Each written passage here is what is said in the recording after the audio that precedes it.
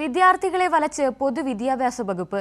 Plus 2 വിദ്യാർത്ഥികളുടെ say improvement പരീക്ഷകളുടെ ഫലം പരീക്ഷ നടന്ന് 2 ആഴ്ച പിന്നിട്ടിട്ടും പ്രസിദ്ധീകരിച്ചില്ല.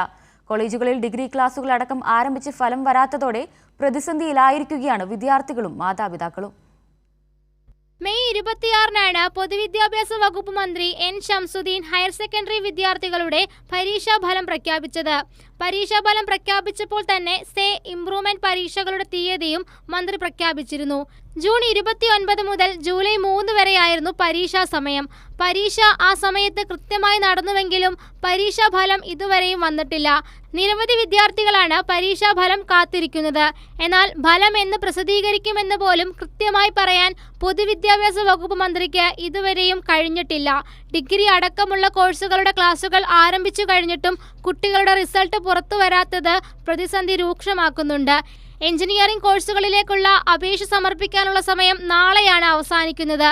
ഇന്ന് റിസൾട്ട് വന്നാൽ മാത്രമേ വിദ്യാർത്ഥികൾക്ക് അപേക്ഷിക്കാൻ കഴിയൂ. പരീക്ഷാഫലം വന്നില്ലെങ്കിൽ വിദ്യാർത്ഥികൾക്ക് 1 വർഷം തന്നെ നഷ്ടമാകും. കഴിഞ്ഞ സർക്കാരിന്റെ കാലത്ത് കൃത്യമായി പ്രഖ്യാപിച്ച പരീക്ഷാഫലത്തിലാണ് ഇന്ന് പ്രതിസന്ധി ഉണ്ടായിരിക്കുന്നത്. കൈരളി ന്യൂസ്, തിരുവനന്തപുരം.